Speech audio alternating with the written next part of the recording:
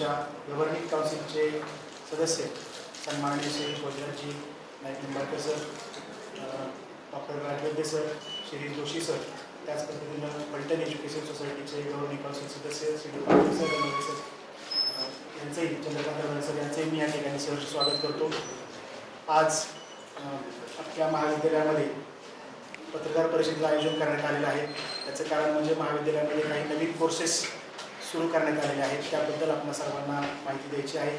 त्याच पद्धतीनं आपल्या महाविद्यालयाला युनिव्हर्सिटी ग्रँट कमिशनकडून ॲटॉनॉमस कॉलेज हे एक प्रतिष्ठेचं मानलं जातं ते मिळालेलं आहे, त्याबद्दल आपल्या सर्वांना माहिती द्यायची आहे. तर मी प्रथमतः हे जे ॲटॉनॉमस इन्स्टिट्यूट या कॉलेजला आपल्या मान्यता मिळालेलं आहे त्याचा कॉर्डिनेटर महाविद्यालयाचं म्हणून आपल्या सर्वांचं महाविद्यालयामध्ये मी सहर्ष स्वागत करतो. आणि आजच्या पत्रकार परिषदेमध्ये आपल्या सर्वांना संबोधित करण्यासाठी आपल्या सर्वांचे मार्गदर्शक आदरणीय श्रीमंत रामराजे महाराज साहेब यांना विनंती. नमस्कार मंडळी, ऐकू येते का? आज खरं सांगायचं तर महात्मा फुले यांची जयंती आहे. महात्मा फुलेंच्या सर्वांगीण विचाराचा जो विचार केला तर जे काही क्रांतिकारक विचार त्यांनी काळाच्या आधीच मांडले होते, त्यात शिक्षण हा त्यांचा प्रामुख्याने विषय होता. आणि हा योगायोग आहे की आज जयंती एका बाजूला आणि दुसऱ्या बाजूला फलटणच्या नव्हे तर सातारा जिल्ह्याच्या शैक्षणिक क्षेत्रात एक मोठं पाऊल टाकलं गेलेलं आहे. ते म्हणजे या इंजिनिअरिंग कॉलेजला आपल्याला स्वायत्ततेचा दर्जा मिळालेला आहे. माझे विचार संपल्यावर मी डॉक्टर दळवी साहेबांना सूचना देईन की स्वायत्त संस्था झाल्यावर काय विद्यार्थ्यांचे फायदे होतील ते तुम्ही सांगावेत. आज आपण अशासाठी जमलेलो आहोत आणि हे सांगायला मला सर्वाधिक आनंद होतोय की ज्याची आवश्यकता आहे या आर्टिफिशियल इंटेलिजन्सचा क्षेत्रात आपण अत्यंत यशस्वी असे हे पाऊल टाकलेलं आहे. डिप्लोमाला आपण आपल्या कॉलेजचे जे डिप्लोमाचं जे कॉलेज आहे तिथं artificial intelligence and data science हा नवीन course, artificial intelligence and machine learning हा नवीन अभ्यासक्रम करण्यास मान्यता मिळालेली आहे. डिग्रीमध्ये artificial intelligence and machine learning नवीन कोर्स आणि artificial intelligence, data science, AI आणि DS वाढीव तुकडीच मंजुरी करण्यात दिलेली आहे. थोडक्यात एक माझ्या मनात जे होतं कायम किंवा कायम विचार मी करतो, 30 वर्षाच्या या राजकारणात मला नेहमी वाटायचं फलटण ग्रामीण भागातलं शिक्षण केंद्र आहे आणि पुणे मुंबईसारखी मोठी शहरं, दिल्लीसारखी मोठी शहरं ज्या पद्धतीचं शिक्षण देतात आणि ज्या पद्धतीने त्यांच्या मुलांना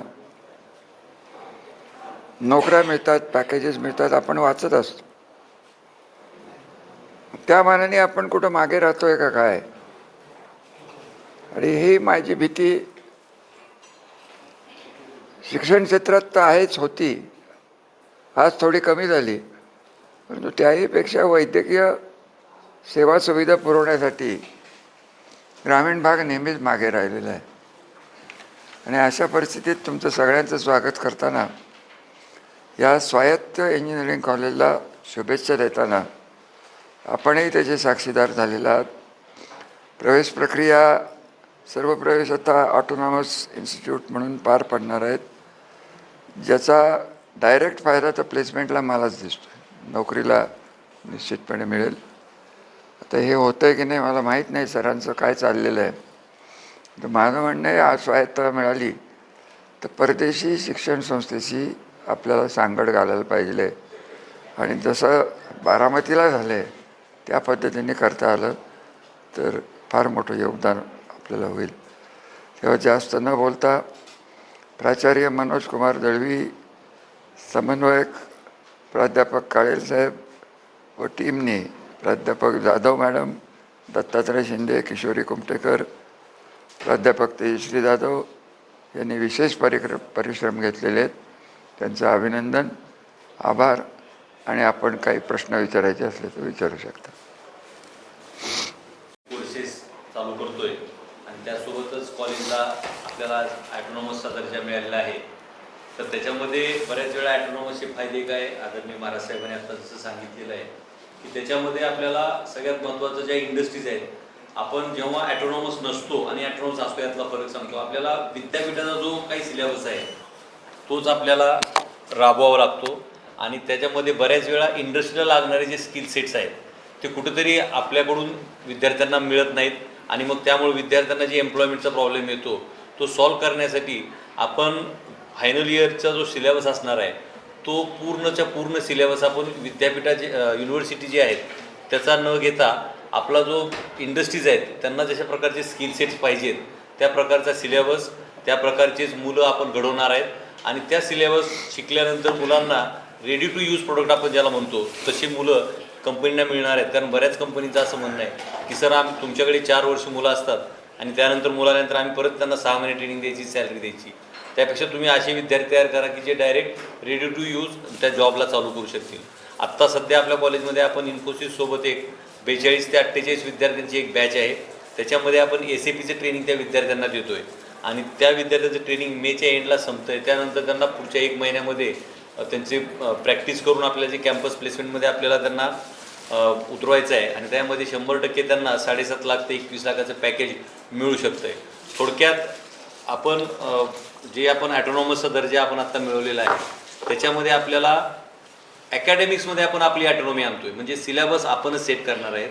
म्हणजे आपल्याला त्यामध्ये बोर्ड ऑफ स्टडीज आपलं स्वतःचं डेव्हलप करावं लागणार आहे आणि त्या विद्यार्थ्यांचं आपल्याला सिलेबस सेट करून त्याची जी आपण परीक्षा घेतो, इव्हॅल्युएशन ज्याला आपण म्हणतो, ते इव्हॅल्युएशन आपल्याला घ्यायचं आहे. तर याच्यामध्ये सुद्धा आपण इंजिनिअरिंग एज्युकेशन जेव्हा म्हणतो तेव्हा फक्त आपण एवढंच म्हणतो की प्रॅक्टिकल नॉलेज. पण आता आपण याच्यामध्ये इव्हॅल्युएशनमध्ये असा एक विचार करतो आहे की तो विषय संपल्यानंतर त्या विषयाच्या नॉलेजच्या आधारित त्याला एक मिनी प्रोजेक्ट दिला जाईल. प्रॅक्टिकलमध्ये ती परीक्षा असेल त्याची, त्यानं तो मिनी प्रोजेक्ट करून दाखवायचा, तो प्रोजेक्ट रन झाला पाहिजे, ते त्याचं प्रॅक्टिकलचं इव्हॅल्युएशन असेल आणि सोबतच आपल्याला त्याचं थेअरीचं इव्हॅल्युएशन आपण जे 70-30 पॅटर्न आहे त्याच्यामध्ये आपण त्याचं इव्हॅल्युएशन करणार आहे. आणि त्यासोबतच ॲटोनॉमस असल्यामुळं आपण विदेशातील काही युनिव्हर्सिटीजसोबत टायअप करून जे कोर्सेस, जसं आपल्या आजकालच्या विद्यार्थ्यांना असं वाटतं की आउट ऑफ इंडिया जाऊन जॉब करायचा आहे, मग तिकडं कुठल्या प्रकारचे स्किल सेट लागणार आहेत किंवा तिथल्या युनिव्हर्सिटीज टायअप करून आपण आपल्या विद्यार्थ्यांना त्या लेवलचं एक दर्जेदार शिक्षण आपल्या इथं फलटणमध्ये उपलब्ध करून द्यायचं आहे आणि त्याचा सिलेबस आपण डिझाईन करू शकतो आहे या स्वायत्ताच्या माध्यमातून. तर या प्रसंगी मला एवढंच सांगायचं आहे की विद्यार्थ्याचा एम्प्लॉयमेंटचा प्रॉब्लेम आपण बऱ्यापैकी सॉल्व करू शकू ह्या स्वायत्तेच्या मार्गातून. दुसरं महत्त्वाचं, आपल्या विद्यार्थ्यांमध्ये कम्युनिकेशनचा जो गॅप असतो आणि ज्या कंपनीचा जो क्रायटेरिया आहे की त्याच्यामध्ये त्यांना क्वांटिटिव्ह ॲप्टिट्यूड आहे, लॉजिकल रिझनिंग आहे, सॉफ्ट स्किल आहेत आणि व्हर्बल आणि रिटन कम्युनिकेशन, तर याच्यामध्ये आपण विद्यार्थ्यांना हे विषय सेकंड इयरच्या 2nd सेमिस्टरपासून ते फायनल इयरच्या 1st सेमिस्टरपर्यंत हे वेगवेगळ्या 4 लेवलमध्ये आपण डिवाईड करून देणार आहेत, जेणेकरून आपल्या विद्यार्थ्यांचा जे कॉन्फिडन्स आहे तो इंटरव्ह्यूच्या वेळेस अतिशय चांगला असेल आणि त्यामार्फत आपले विद्यार्थी प्लेस व्हायला आपल्याला मदत होईल. हे आपण आत्ता स्वायत्तेच्या माध्यमातून हे अचीव करतो आहे. दुसरं, ग्रामीण भागातील जसं महाराज साहेबांनी आत्ता सांगितलं की NAC A ग्रेड, NBA ॲक्रिडेटेड आणि ॲटोनॉमस हे सातारामधलं आपलं पहिलं कॉलेज आहे या तिन्ही गोष्टी असलेलं. आणि याच्यामध्ये आपण जसं आपल्या ग्रामीण भागातील विद्यार्थ्यांना डिप्लोमासाठी AI कोर्स असेल किंवा AI MLचा कोर्स असेल, ज्याला आपण आर्टिफिशियल इंटेलिजन्स आणि आर्टिफिशियल इंटेलिजन्स मशीन लर्निंग म्हणतो, तो कोर्स आपण आपल्या पॉलिटेक्निकमध्ये यावर्षी पहिल्यांदा चालू केलेला आहे. त्याच्यासोबतच आपली कॉम्प्युटर डिपार्टमेंटची इंटेक आपण 60नं इन्क्रीज केली आहे. जवळपास 180ची इंटेक आपण पॉलिटेक्निक कॉलेजची यावर्षी वाढवलेली आहे. त्यासोबतच डिग्री इंजिनिअरिंगमध्ये आपण आपल्याकडे AIDSचा 30ची इंटेक होती, ती वाढवून आपण 60 केलेली आहे, 60नं वाढवून 90 केलेली आहे आणि AIMLचा नवीन प्रोग्राम आपण इंजिनिअरिंगमध्ये पण चालू करतो आहे, जेणेकरून आपल्या भागातील विद्यार्थ्यांना पुणे किंवा मुंबईसारख्या ठिकाणी जायची गरज नाही. AI आणि AIMLचं किंवा AIDSचं जे शिक्षण आहे ते आपल्या इथंच आपल्या विद्यार्थ्यांना आपण उपलब्ध करून देतो. बोला.